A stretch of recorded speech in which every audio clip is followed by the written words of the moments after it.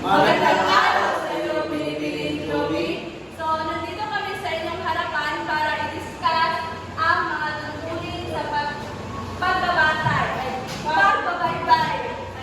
So, first, we have 6 na pagbabaybay. Una ay pagsunod sa panlilikong baybay. So, ang pagsunod na panlilikong baybay isinulat sa salita batay sa kung ano itong pagbigkas. For example, psychology.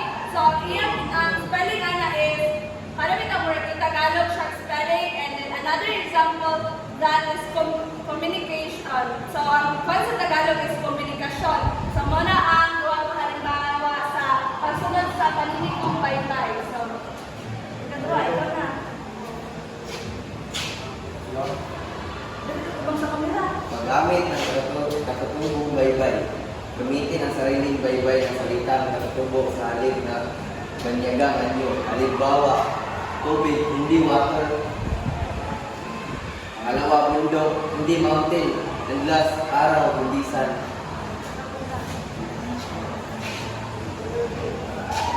Pagbabaybay sa liram na salita.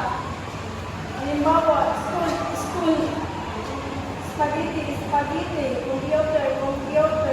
So, bali, ano yung pagbaybay na hilang na salita is, mura nagyapon siya o ganong paningin ko bitaw nga, kailangan ang English kailangan bitaw siya may Tagalog pag spelling. For example, katong ingon ni Sandra Magaina nga, ang sunod sa pagka, spaghetti. So, ang spaghetti na English siya pagka-spelling, pero kailangan mo siya i-Tagalog. So, para siya po siya sa paningin ko. So, number 4.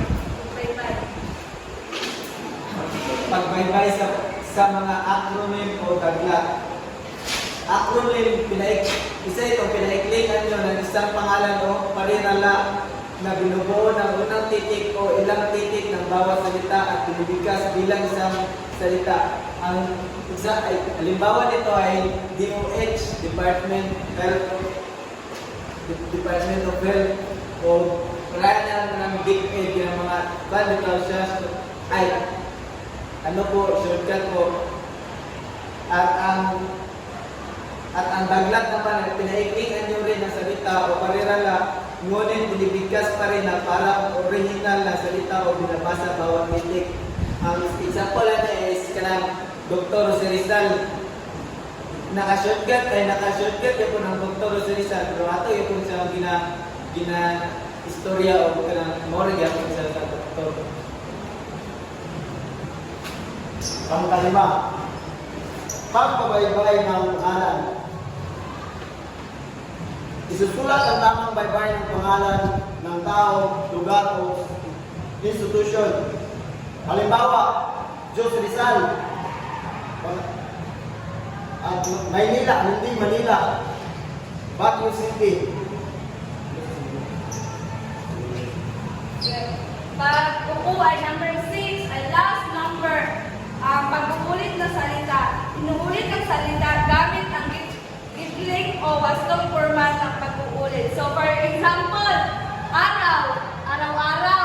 So, anang bahay, then isa. So, muna ang example sa pag-uulit ng salita.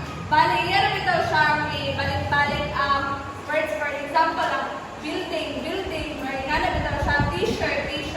So, muna ang 6